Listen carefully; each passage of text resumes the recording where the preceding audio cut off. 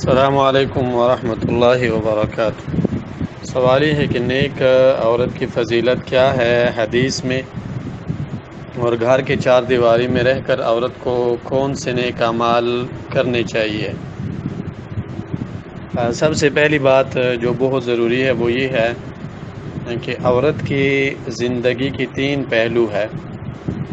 ایک پہلو جو ہے اس کا تعلق اللہ تعالیٰ کے ساتھ ہے، تو سب سے بنیادی کام جو عورت کو گھر کے چار دیواری میں رہ کر کرنا چاہیے وہ اللہ تعالیٰ کی رضامندی حاصل کرنی ہے اور اللہ تعالیٰ کی عبادت کرنی ہے، کیونکہ یہ انسان کی زندگی کا اصل مقصد ہے۔ اللہ تعالیٰ نے فرمایا کہ وما خلقت الجن والانس الا لیعبدون، میں نے انس و جن کی خلقت اپنی عبادت کے لیے کی ہے۔ اور اللہ تعالیٰ جو ہے وہ انسان کا محسن حقیقی ہے اور خالق اور مالک ہے، تو اللہ تعالیٰ کی عبادت کرنی چاہیے۔ اور اللہ تعالیٰ کی عبادت میں پھر بہت سارے کام ہیں، جیسے کہ 5 وقت کی نماز ہے جو اسلام میں نوافل ہے، ان نوافلوں کے اہتمام کرنی چاہیے۔ فرض نماز کے ساتھ سنت کی ادائیگی، چاشت کی نماز،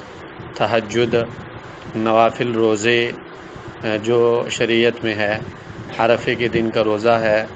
اور اس طرح ہفتے میں 2 دن کا روزہ ہے، مہینے میں 3 دن کا روزہ ہے، 1 دن چھوڑ کر 1 دن کا روزہ ہے، رمضان کے مہینے کا روزہ،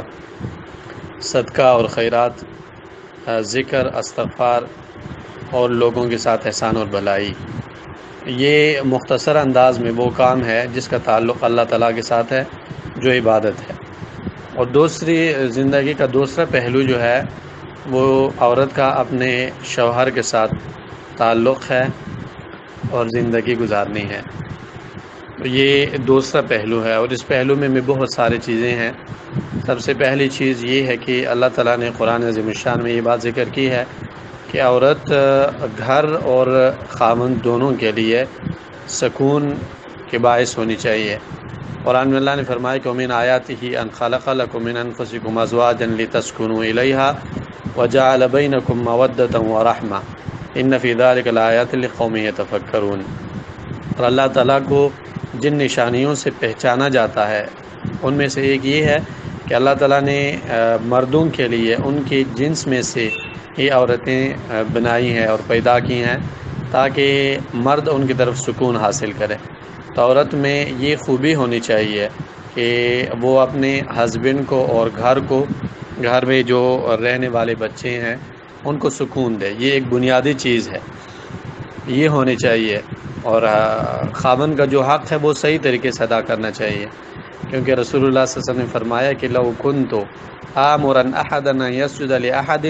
لامرت المرأة ان تسجد لزوجها۔ امام ترمذی رحمہ اللہ نے یہ حدیث ابواب الرضا میں ذکر کی ہے، حدیث نمبر 926۔ اس میں رسول اللہ صلی اللہ علیہ وسلم نے ارشاد فرمایا کہ اگر میں کسی کو سجدے کرنے کا حکم دیتا تو میں عورت کو حکم دیتا کہ وہ اپنے شوہر کے لیے سجدہ کرے۔ اور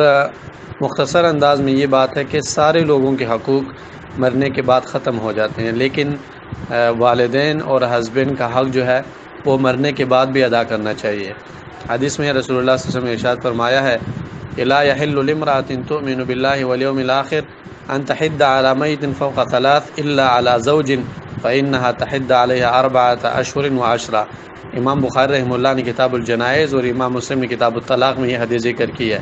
کہ جو عورت اللہ اور آخرت کے دن پر ایمان رکھتی ہے، شوہر کے مرنے کے بعد 4 ماہ اور 10 دن تک اس سے غم راضی کرنے چاہیے، مطلب اس کا حق مرنے سے بھی ختم نہیں ہوتا، تو خاوند کا حق ادا کرنا چاہیے۔ اور خاوند کے حق میں بہت ساری چیزیں ہیں۔ پہلی چیز جو ہے وہ پوری فرمان برداری ہے، خاوند جو بھی کہے اور عورت کی استطاعت میں ہو بشرطے کہ اللہ کی نافرمانی نہ ہو وہ بات ماننی چاہیے۔ حدیث میں ہے رسول اللہ صلی اللہ علیہ وسلم نے ارشاد فرمایا کہ لا تصوم المرأة وبعلها شاہد الا باذنہ۔ بخاری مسلم میں حدیث ہے، بخاری کتاب النکاح اور مسلم کتاب الزکوٰۃ۔ آپ نے فرمایا کہ اگر ہسبینڈ گھر میں ہے، عورت نفلی روزہ اپنی مرضی سے نہیں رکھ سکتی، اگر خاوند کی اجازت ہو تو رکھے گی، نہیں تو نہیں رکھے گی۔ اور عائشہ رضی اللہ عنہا کی ایک روایت بھی موجود ہے، صحیح روایت ہے، کہ رمضان کے مہینے کے فرضی روزے عائشہ رضی اللہ عنہا شعبان کے مہینے میں رکھا کرتی تھی، لمکان رسول اللہ صلی اللہ علیہ وسلم، کیونکہ رسول اللہ صلی اللہ علیہ وسلم کو عائشہ رضی اللہ عنہا کی ضرورت ہوا کرتی تھی۔ دوسری چیز جس کا تعلق خاوند کے ساتھ ہے، القیام باعمال البیت، گھر کے جتنے بھی کام ہیں وہ عورت کی ذمہ داری ہے، اور قرآن میں بھی اللہ نے فرمایا ہے وقرن فی بیوتکن ولا تبرجن تبرج الجاہلیۃ الاولی، کہ عورت کو چاہیے کہ وہ اپنے گھر میں ہی رہا کرے اور بنا ضرورت کے باہر نہ نکلے۔ واقمن الصلاۃ واتین الزکاۃ واطعن اللہ ورسولہ، نماز کی پابندی کرے، زکوٰۃ اور اللہ اور اس کے رسول کی فرمان برداری کرے۔ تو گھر کا کام جو ہے وہ عورت کو نبھانا چاہیے، اور سب سے بہترین عورت فاطمہ رضی اللہ عنہا تھی، جنہوں نے علی رضی اللہ عنہ کی صحیح خدمت کی۔ مسند احمد میں حدیث ہے کہ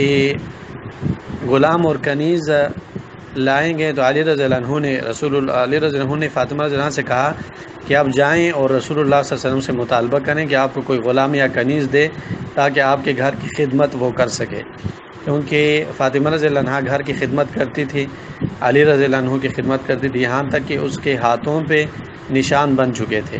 اور اس کے گردن پہ پانی لانے کی وجہ سے نشان بن چکے تھے، لیکن پھر بھی رسول اللہ صلی اللہ علیہ وسلم نے اسے غلام یا کنیز نہیں دی۔ کیوں؟ تاکہ وہ اپنے خاوند کا حق صحیح طریقے سے ادا کرے، گھر کا حق ادا کرے، اور یہی عورت کی پہچان ہے۔ رسول اللہ صلی اللہ علیہ وسلم کے دربار میں جب حاضر ہوئی تو رسول اللہ صلی اللہ علیہ وسلم نے غلام یا کنیز دینے سے انکار کیا اور کہا کہ اس سے بہتر چیز میں آپ کو بتاتا ہوں، جب آپ اپنے بستر پہ جاتی ہو 33 مرتبہ سبحان اللہ، 33 مرتبہ الحمدللہ اور 34 مرتبہ اللہ اکبر کہیں، اور رضیت باللہ ربن یہ دعا 2 دفعہ پڑھیں۔ یہ حدیث مسند احمد میں بھی ہے اور امام بخاری رحمہ اللہ نے بھی یہ حدیث ذکر کی ہے۔ تو یہ مطلب سب سے بہتر چیز جو ہے وہ یہ ہے کہ عورت گھر کی جو ذمہ داری ہے وہ سنبھالے، اور تیسرے نمبر پر خاوند کی بات ہر اس چیز میں مانے جو اللہ تعالیٰ نے حلال کیا ہے، حلال قرار دیا۔ بخاری میں حدیث کتاب بدء الخلق میں اور مسلم میں کتاب النکاح میں کہ اگر عورت تندور پر ہو اور ہسبینڈ اسے بلائے تو اسی بات ماننی چاہیے۔ حدیث میں رسول اللہ صلی اللہ علیہ وسلم نے فرمایا کہ اذا دعا الرجل امرأته الى فراشه فابت فبات غضبان علیہا لعنت الملائکہ حتی تصبح، اگر ہسبینڈ بیوی کو ہم بستری کی طرف بلائے اور وہ انکار کرے صبح تک ملائک اس پر لعنت بھیجتے ہیں۔ اور چوتھی چیز جو ہے وہ یہ ہے کہ میاں بیوی کے بیچ جو راز کی باتیں ہوں انہیں شیئر نہیں کرنا چاہیے کسی کے ساتھ۔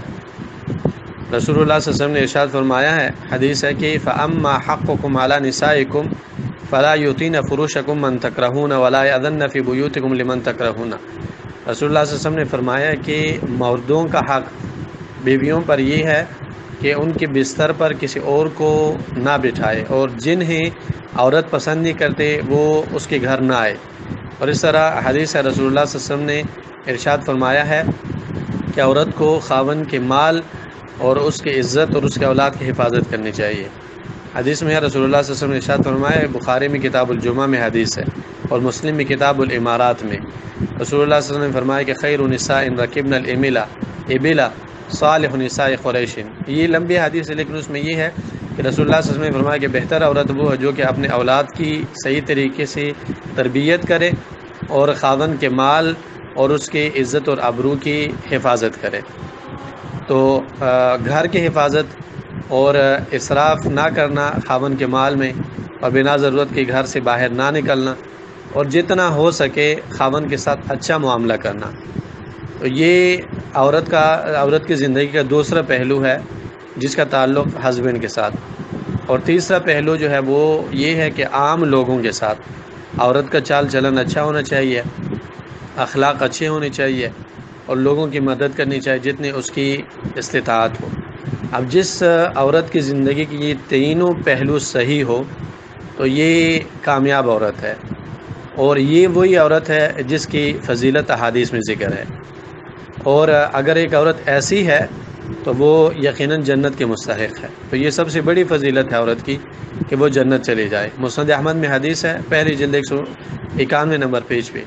عبد الرحمن بن عوف فرماتے ہیں رسول اللہ صلی اللہ علیہ وسلم نے فرمایا ہے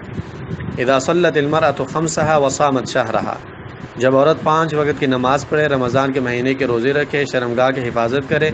اور اپنے ہسبینڈ کی بات مانے، قیامت کے دنوں سے کہا جائے گا ادخلی من ای ابواب الجنت شئت، جنت کے جس دروازے سے آپ داخل ہونا چاہتی ہو تو آپ داخل ہو جائیں۔ اس حدیث میں دو چیزیں ذکر ہے، ایک اللہ تعالیٰ کی عبادت اور ایک ہسبینڈ کی فرمان برداری، اور کس چیز میں کرنی چاہیے کیسے، وہ میں نے وضاحت کے ساتھ بیان کر دی ہے۔ اور تیسرے نمبر پہ جو چیز ہے وہ اچھے اخلاق ہے لوگوں کے ساتھ۔ اچھے اخلاق جو ہے یہ صرف ہسبینڈ کے ساتھ نہیں بلکہ جتنے بھی گھر میں رہنے والے لوگ ہیں یا باہر کے لوگ ہیں، اسلام کے شرائط اور ضوابط اور قوانین میں رہتے ہوئے ہر